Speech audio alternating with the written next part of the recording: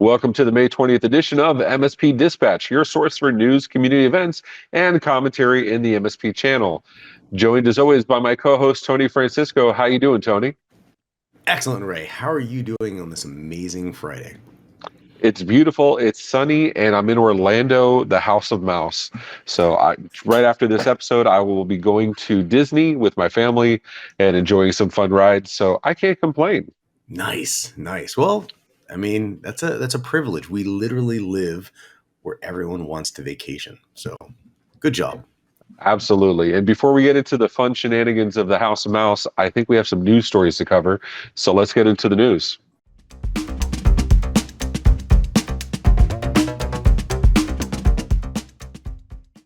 In what seems like Throwback Thursday, Microsoft is yet again facing antitrust allegations, this time by the European Commission.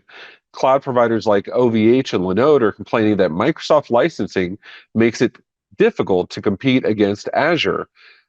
Microsoft, in advance of this, is launching a new initiative to make it easier for EU companies to use products like Windows and Office 365 apps, hoping that the antitrust complaints will die down. Tony, we did this in 1994, where the US DOJ brought antitrust allegations against Microsoft under Bill Gates. And Microsoft, since then, in the last 30 years, has been hypersensitive to this. Do you feel that these are real complaints? Do you feel that this is a case of wah? What's your take on this? I couldn't agree more that the hypersensitivity that they felt from the 1994 period has definitely triggered them to do something now, and it may preempt something that they anticipate to be much more severe. The other side of that is, I don't understand the issue. I truly am struggling to figure out what is this argument against them. Now, understand that I don't know enough about this. The devil's in the details. There's probably something that we're all missing that could have a value with a B in the billions as far as accountability or reparations or some type of fines associated to it if it's not addressed. But I don't understand the argument. An example of that is maybe Microsoft Azure, maybe cloud compute from Google, and then we're talking about domestically, maybe AWS, as they rolled out this new cloud infrastructure offering. Every single data center throughout the country could have complained with the exact same, hey, this is way too easy to deploy, and there's not nearly enough upfront overhead to deploy a cloud architecture. This is entirely too easy. That's the argument that I'm hearing, and I don't see that as a good argument. So, am I missing something, Ray? Help me understand this a little bit better. So, remember, this is a different market, right? In the US, competition is good, right? We'll go back to Gordon Gekko. Greed is good. But in the EU, they want a fair sandbox for everybody. So the European Commission is always going to align with consumers of products and say that they wanted them to be able to consume products however, whenever, and for whatever cost they choose to.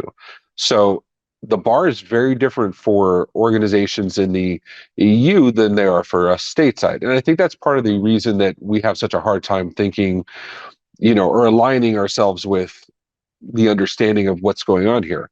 Right here, if you can give yourself a competitive advantage and you can do it where your consumers get a better product for maybe a better price, we're all for it. The EU is very different, and I think that's going to have a big deal in how it plays out.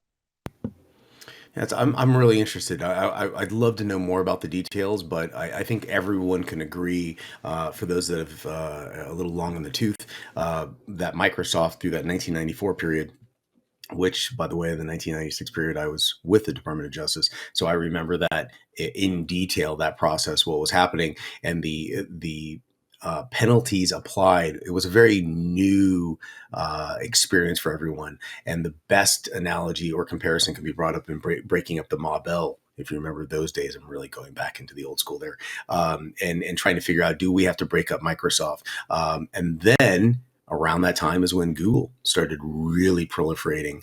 Amazon wasn't even a speck back then. So now we have all these monster behemoths, and they're ironically competing with each other, which may be the competition that offsets what is being seen right now in the EU. And that's the thing, right? We're seeing Amazon is probably the closest analog here stateside, where they own everything. Like they don't just own the distribution, but they own the products, they own the logistics, they own the entire ecosystem. And it's something we'll definitely keep an eye on. We definitely love to hear from you, the audience, if you think this is a big deal, if you think this is nothing, especially those of you that watch on the other side of the ocean. We want to hear from you. How does this affect you day to day? But in more local news, our local distributors, speaking of Amazon, other distributors like Ingram Micro are making big moves. What's going on here? Absolutely. So Ingram Micro launches their new digital experience partner platform. In an interview with Channel Pro, Sanjeev Sahu, the Ingram Micro's executive vice president and chief digital officer, stated that Xvantage, as an advantage with an X instead of an A, I'm still struggling with the name on that. I apologize, everyone. Xvantage will eventually replace and unify a wide range of currently separate tools that partners use to manage everything from order and subscription management to quoting, invoicing, billing, and more. Ingram will begin this rollout in its cloud marketplace into the platform, which runs on Ingram's Cloud Blue platform later this year. This is going to be more than just a tool for buying and selling or a traditional partner portal for offering access to training materials and other marketing collateral. Sahu emphasizes that Xvantage is an ecosystem that Ingram employees and vendors and partners will be able to use as well. Ingram Micro is currently a $54 billion distributor that talks daily to the audience that we talk to, the MSP community. This is going to have ramifications across the board. But my question to you, Ray, is are distributors understanding their importance in the MSP community? Are they finally understanding this? Is this the distributor movement we've all been waiting for in the MSP channel community? I think I'm going to take a page out of your playbook, and I'm going to say I don't get it. You know, don't get me wrong. I'm all about partner enablement, right? Especially we do this, right? So, like, I'm all about providing training materials, providing learning moments, providing the competitive data you need to actually go to market and be competitive and get the products as quickly as you need to so you can be fast and responsive to your clients. I'm all for that. I don't see this as anything new, right? Like, marketplace is the thing now, right? If you're watching the report outs from CompTIA or from Gartner or from Forrester, they're all saying that marketplace is the go-to strategy right now. Consumers want to be able to go online, get what they need, and go. And further up the chain for the MSPs, it's no different. If they're doing this at 2 in the morning or on a Saturday, or maybe in Orlando before they go out to Disney, they want to be able to get the products they need and the learning they need and be able to go out to their clients and go about their day. So on that end, it makes absolute sense to me. But is this like a major thing because Ingram's doing it versus everybody else is doing it? I don't see the wow factor here. Tony, you're more in line with the distribution play. This is your bread and butter. What's your take on this? Um, if for the audience out there, if you see me on panels, if you see me do live speaking, I talk about the five entities in our genre, our business, everyday stuff. You have, vendors going through distribution. That's the standard disties or the master agents to get to the resellers, which are MSPs, MSSPs, TSPs, agents, etc., to get to their customers to service the end users. So your users work at a company, which is a customer that consumes services that are resold through distribution of the vendors. So vendors, distributors, resellers, customers, users. Those are the five entities. And I think the distribution layer was only talking to the distributors and the resellers. They didn't care about the customers. I think what's happening is they're now starting to pull in processes that can be automated to do things for the reseller to address their customer. And if this is really the holy grail, possibly even let the end user do some self-service administrative components that takes the load off the customer admin team themselves. I think that is where everyone's moving, and you couldn't do that before with the traditional marketplace that every distributor had in-house. I think they're augmenting that, they're evolving that drastically to assist the MSP and the reseller channel. I'm really excited where this can go. The rumors out there is that TD Synex, Ingram Micro, some other big players, Pax 8, for example, is moving in that direction as well. I'm really excited where this can go, because at the end of the day, it's for the betterment of the channel community, the MSPs that we speak to every single day. So in our third major story, Microsoft's pulling a page from Oprah, and you get a raise, everybody gets a raise. Microsoft's going to be boosting pay and stock compensation to retain employees. This is going to nearly double the budget for salary increases. Stock compensation is going to go up by at least 25%. A quote from Microsoft says, "As we approach our annual total rewards process, we are making a significant additional investment this year to compensate our employees globally. Increases will come from the higher cost of living and competition like Amazon, Google, and Meta, the owner of Facebook, where they're all fighting for the exact same talent. Increases will vary by country, with the most meaningful increases being focused where the market demands it." Tony, we've all been in the position where we've had to negotiate salary and compensation for prospective employees. Do you think these increase in salaries with these behemoths are going to trickle down to our level, to the MSP level? I don't care what you just said. I'm furious about this. I'm happy. I'm angry. So coming in from the developer side, meaning I'm hiring developers, the inflation for a developer alone has gone up about 200 to 300% in the last 2 to 3 years, depending on the skill set that you're looking at. If you're in the market to hire a developer, good luck finding one within a 60 to 90 day period. Then you're talking about on the small end, a 45 to 60 day ramp up period. You're 5, 6 months into something that you haven't even started yet, and you're 5, 6 months behind schedule, basically, which means that an expedited deployment of anything is near impossible. And Microsoft just raised the bar. And I think because they set a precedence across the industry, it's just going to make it more and more difficult. All things being said, congratulations to those new players for those new people for getting that raise. Excellent job. But I just don't see the scalability in this. This is just going to make it more difficult for everybody until the point where everything starts toppling over. And then the question is, how far does that break down in the structure? Is it going to be another .com bust where everyone's a developer and you can't walk out of college looking for a 6-figure job when you have zero experience? I may be a little too passionate about that, but I'm simultaneously angry and a little excited for them. But no, I mean, I get it, right? Like, we're both parents, and we remember back in the day, you wanted your kid to become a doctor, a lawyer, an attorney, whatever.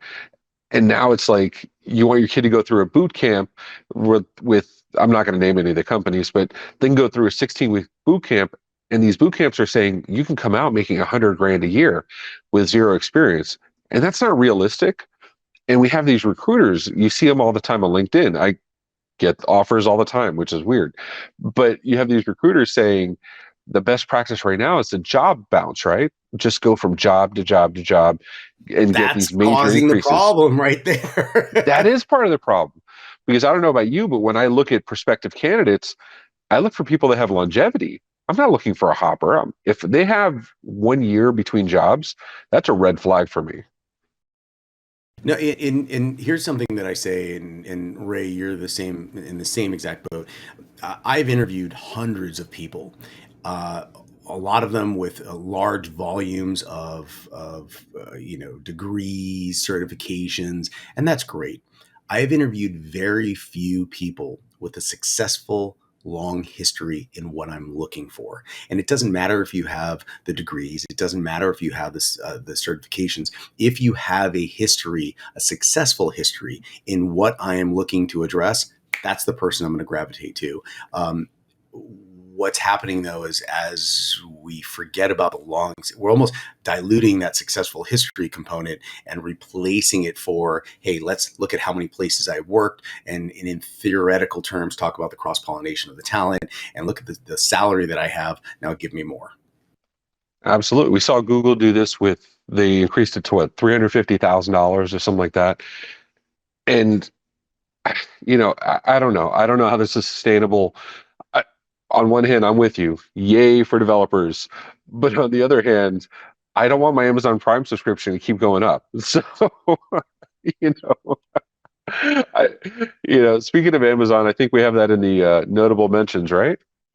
Speaking of Amazon, Amazon has just made an announcement that they've partnered with Ingram Micro. We just did a story a moment ago about Ingram Micro's new Xvantage program. Per channelfeatures.com, we're looking at an AWS expansion in 80 additional countries for a total of 177 countries in its reach now. This is going to be targeting the public sector in a lot of these cases, but we're really excited to see what the AWS expansion, and especially the partnership with Ingram Micro and other distribution partners as well, is going to bring to an overall increase in the cloud acceptance around the world. So I'm interested into the follow-up on this because it looks like it's addressing the public sector as a focus right now, but we all know that that's the first of many things to come.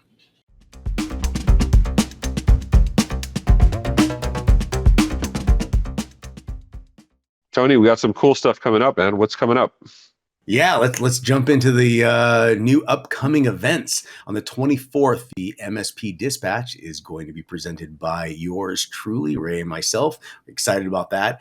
Also on the 24th, the ASCII Summit in Boston. Hopefully, maybe I can swing by and see a few of you there.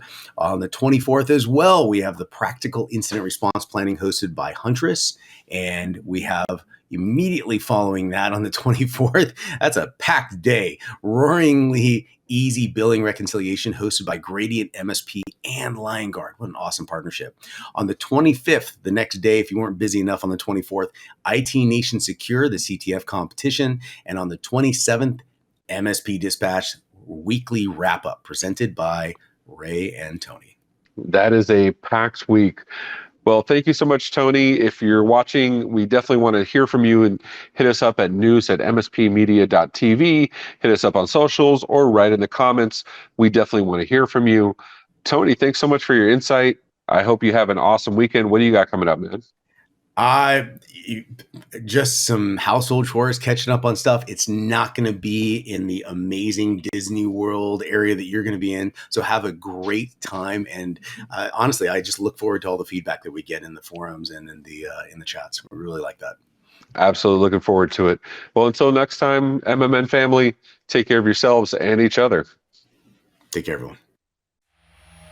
This has been a broadcast of the MSP Media Network.